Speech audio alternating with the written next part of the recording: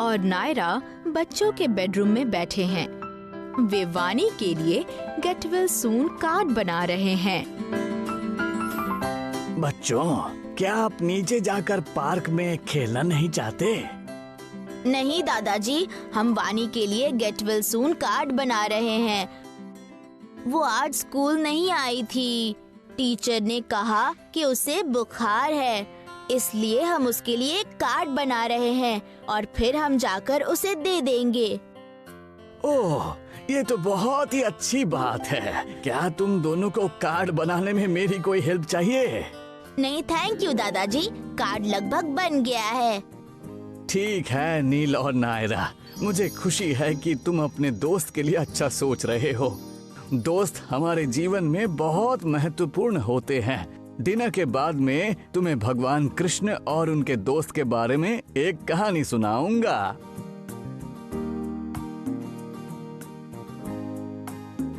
नील, नायरा, क्या तुम दोनों वाणी से मिले?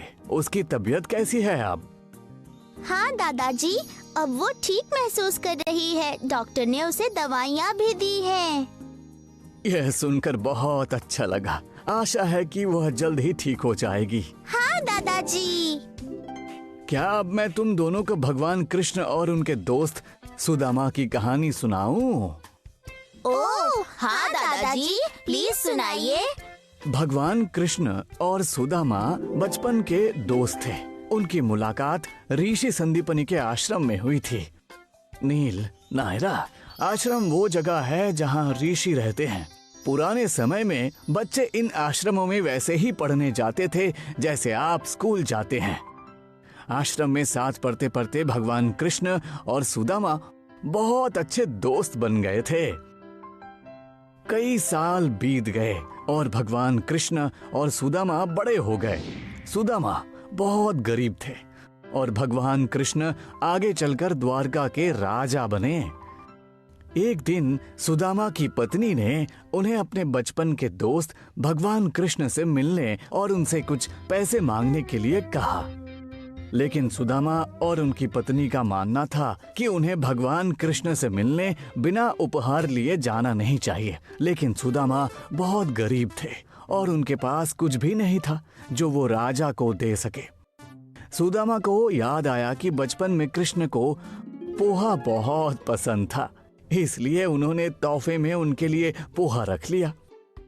सुदामा द्वारका महल पहुंचे। यह एक विशाल और सुंदर महल था। राजमहल देखकर सुदामा बहुत खुश हुए। दीवारों पर बहुत सुंदर डिजाइन थे। महल में बहुत से नौकर घूम रहे थे। जल्द ही उनकी मुलाकात भगवान कृष्ण से हुई।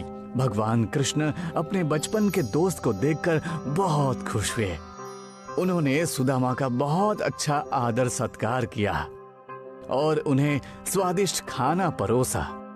भगवान कृष्ण ने यह सुनिश्चित किया कि उनका दोस्त महल में बहुत आराम से रहे।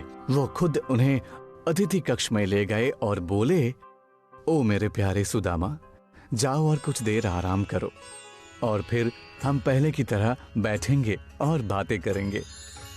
मुझे मेरे कृष्ण, तुमने मेरे जैसे गरीब के लिए पहले ही बहुत कुछ किया है। मैं तुमसे कुछ नहीं ले सकता। और हे सुदामा, ऐसा मत कहो। तुम मेरे दोस्त हो और मेरे घर आए हो। तुम्हें यहाँ अच्छा लगे इसके लिए मैं कुछ भी करूंगा। सुदामा असहजता से मुस्कुराते हुए कहते हैं, ओह ठीक है कृष्ण, जैसा तुम कहो। बाद में भगवान कृष्ण और सुदामा महल के बगीचे में बैठे थे, जहां भगवान कृष्ण ने देखा कि सुदामा अपने हाथ में कुछ छिपा रहे हैं। हे सुदामा, तुम अपने पीछे क्या छुपा रहे हो? क्या ये मेरे लिए कोई उपहार है? ओह निश्चित रूप से ये एक उपहार है। लाओ मुझे दिखाओ। अरे नहीं नहीं, कुछ नहीं, कुछ भी नहीं है कृष्णा। अरे क्या कह रहे हो सुदामा? मुझे यकीन है कुछ तो बात है। मैं जानता हूं तुम उपहार के बिना नहीं आते। लाओ मुझे दे दो। भगवान कृष्ण ने उस कपड़े के पैकेट को देखा जिसमें पोहा था और बोले, पोहा, तुम इसे मुझसे क्यों छुपा रहे थे जबकि सुदामा तुम्हें पता है कि मुझे ये पसंद है।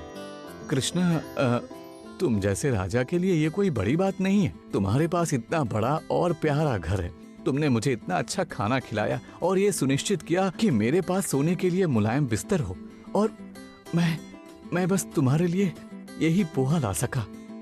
हे सुदामा, लेकिन मुझे पोहा बहुत पसंद है। मैं महल या मुलायम बिस्तर नहीं खा सकता, लेकिन मैं पोहा खा सकता हूँ, और तुम जानते हो कि मुझे स्वादिष्ट खाना पसंद है।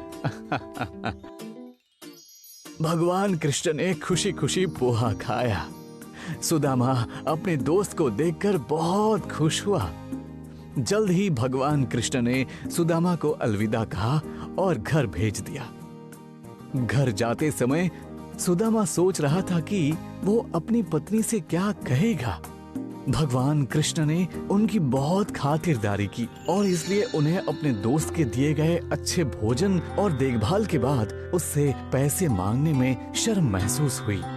जैसे जैसे सुदामा अपने घर के करीब जा रहे थे, उन्हें यह सोचकर और भी चिंता होने लगी कि उनकी पत्नी दुखी होगी क्योंकि वह परिवार के लिए कोई पैसा नहीं लाए हैं। जल्द ही सुदामा घर पहुंच गए।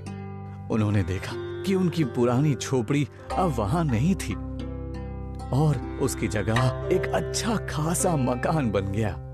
उनकी पत्नी और बच्चे नए कपड़े पहनकर घर के बाहर खड़े हैं।